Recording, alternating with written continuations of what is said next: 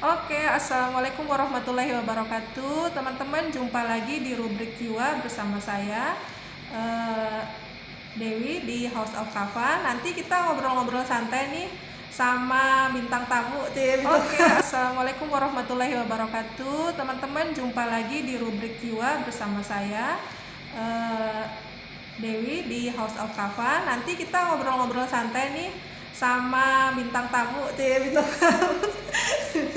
Di sini ada Nurse Junita Laksma dari unit rehabilitasi. Beliau ini adalah kepala ruangan dari unit rehabilitasi.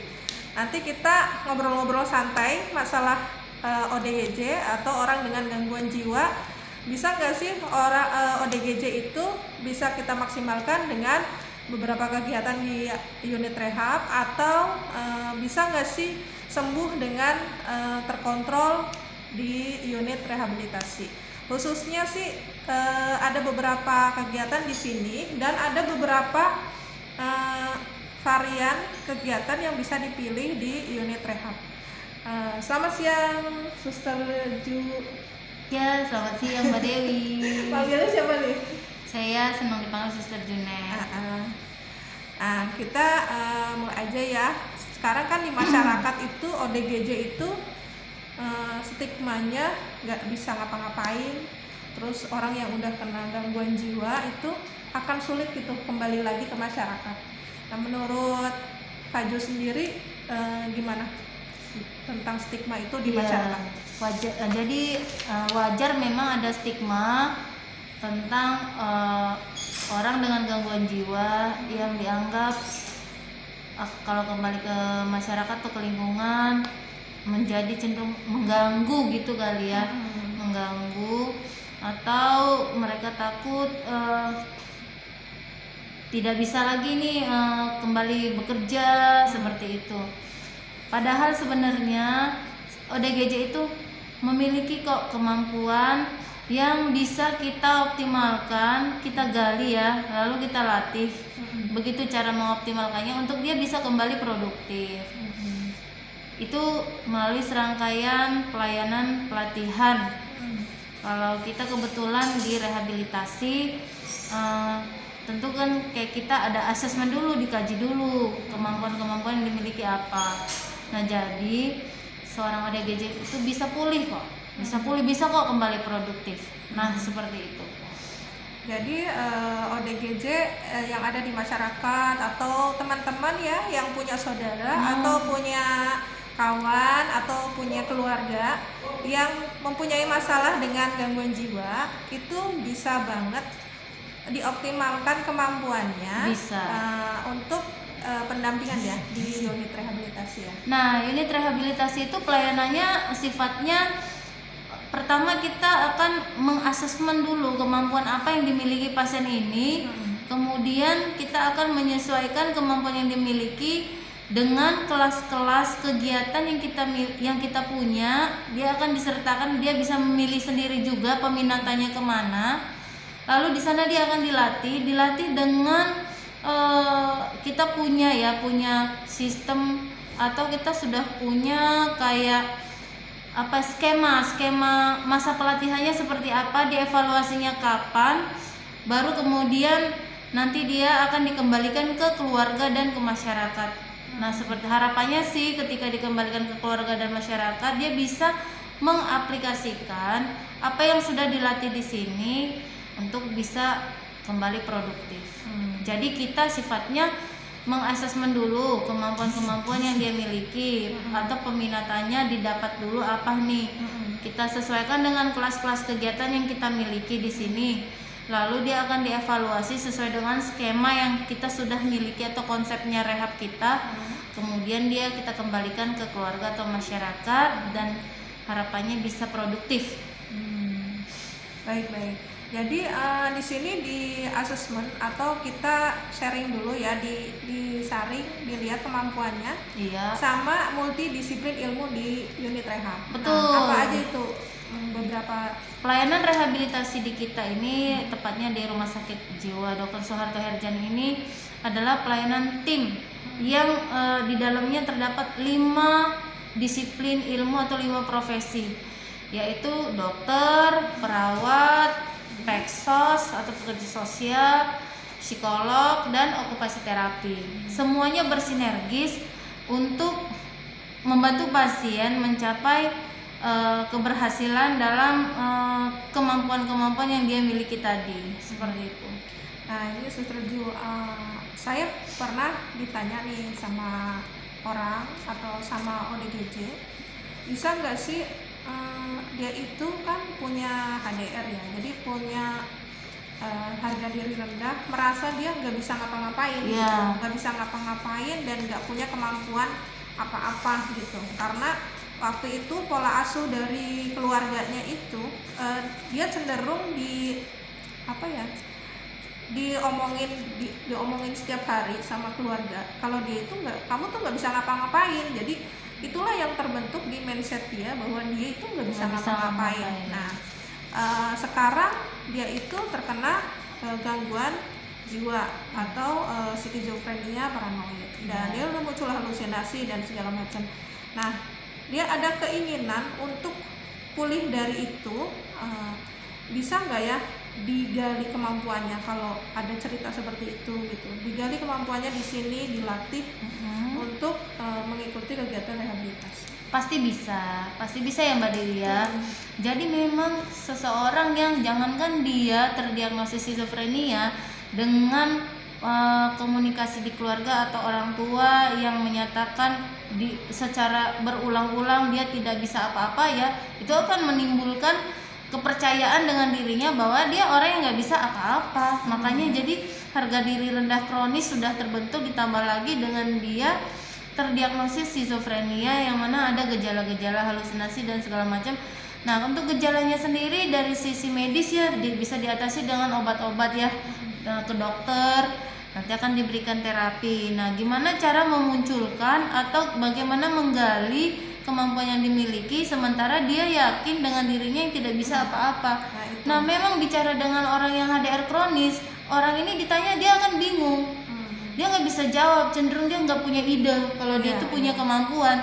Baru yang kedua dia miskin, selain dia miskin ide, dia juga kurang inisiatif, kurang kreatif, ya seperti itu. Nah caranya seperti ini, kita ada banyak kelas kegiatan nih, tentu sebelum tadi dia dilibatkan kan kita ada asesmen itu dilakukan oleh 5 multiprofesi tadi ya. Nah itu silahkan semua masuk, nanti akan ada rekomendasi mungkin dari psikolognya, dia arahnya ke peminatannya orang ini cenderung lebih ke arah mana kayak gitu kan. Nah atau kalau kita dari sisi keperawatan, nggak apa-apa, dia silahkan mengikuti dulu kelas-kelas itu. Nanti setelah dia ikutin, dia akan menemukan dia lebih muncul ya. Muncul dia lebih di mana ya menyukainya, paling dia sukai yang mana kayak gitu. Nah jadi memang kalau secara tindakan keperawatan, intervensi keperawatan Mbak Dewi ini, untuk orang yang HDR kronis, yang pertama kita membantu dia identifikasi kemampuan yang dimiliki. Nah dibantu loh ya.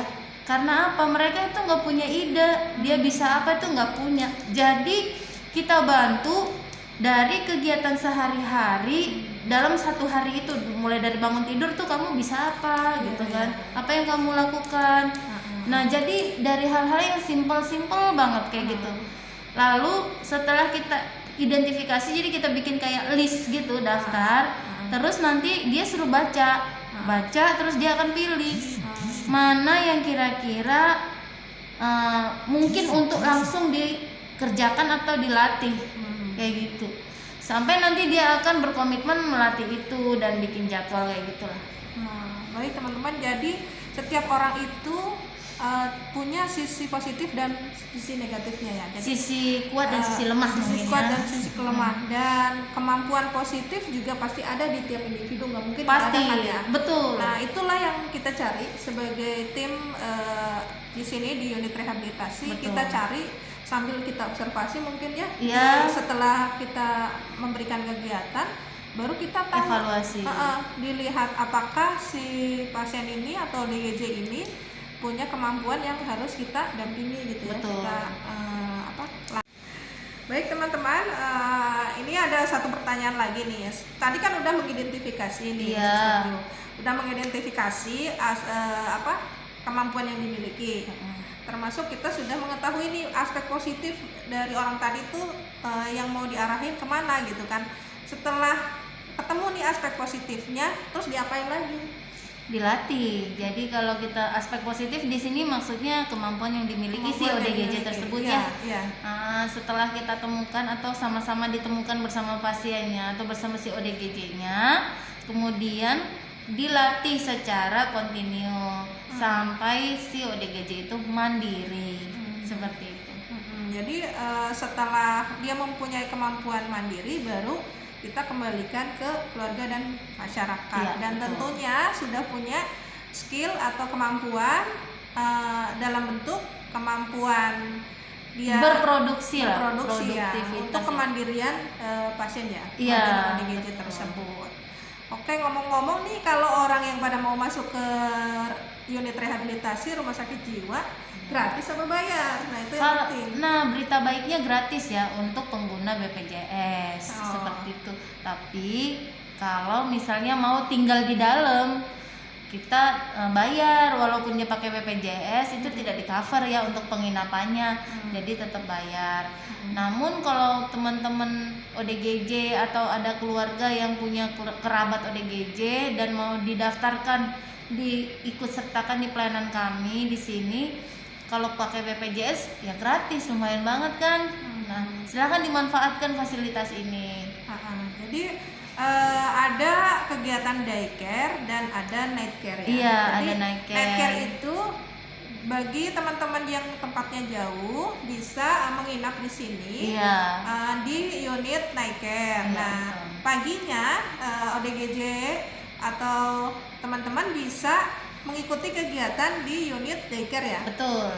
Dan kemarin kan ada kerjasama dari Transjakarta yang memfasilitasi para ODGJ sekitar Jakarta dan sekitarnya dengan kartu Transjakarta gratis. Nah, bagi teman-teman yang mau ikut ke rehabilitasi nih bisa dicatat di bawah sini ya, kolom di bawah sini.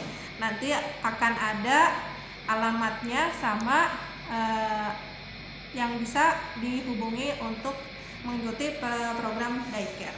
Iya betul. Jadi nggak ada alasan lagi, aduh nggak ada ongkos nih, berat di ongkos nih, nggak ada alasan itu lagi ya teman-teman ya. Bisa ikut karena udah ada kerjasama dengan Transjakarta, dimanfaatkanlah. Satu pertanyaan lagi nih, pertanyaan penutup. Ada nggak sih yang ikut rehabilitasi itu terus pasiennya berhasil gitu? Berhasil dalam artian dia punya satu kemampuan, terus dia berusaha atau dia bekerja gitu, ada nggak sih? Ada Mbak Dewi, pasti ada ya. Jadi kalau selama ini belum ada, ya kita belum berani juga ya untuk promosi atau untuk menyampaikan ke publik bahwa layanan rehabilitasi ini ini bermanfaat dan punya hasil yang real gitu. Jadi itu ada. Mereka sudah ada yang bekerja dan kita juga bekerja sama dengan beberapa kayak kita punya network keluar kayak gitu untuk menyalurkan. Namun jangan berharap dengan itu karena itu juga tidak bisa dipastikan. Nah, nanti kan dengan itu saya akan dapat kerja ikut di rehab enggak sih? Tapi kita ada upaya seperti inilah. Yang penting membentuk kemandirian dulu, iya betul. Membentuk kemandiriannya, begitu kembali ke dalam fungsinya sebagai manusia yang mandiri, pasti nanti muncul ide-ide untuk berproduktif ya, lagi gitu. Baik, kalau gitu kemarin juga saya lihat teman-teman dari cleaning service itu dulunya adalah ODGJ yang mengikuti program daycare. Jadi ada beberapa ODGJ yang sudah bekerja sebagai cleaning service, ada yang di kafe, dan ada juga yang beberapa yang mendirikan usaha dan dilakukan home visit sama Pak Heru yang kemarin saya wawancara ya. Oh, udah di home visit ya. Udah di home visit. Jadi mereka mendirikan usaha. Kemudian dari unit rehabilitasi kita datangin ke sana untuk melihat atau memantau kendalanya apa sih dari usaha mereka-mereka. Nah, itu teman-teman. Jadi jangan lupa untuk produktif, keep waras, tetap waras ya. Tetap sehat jiwa. Salam sehat jiwa. Salam sehat jiwa. Terima kasih. Assalamualaikum Sama-sama. warahmatullahi wabarakatuh.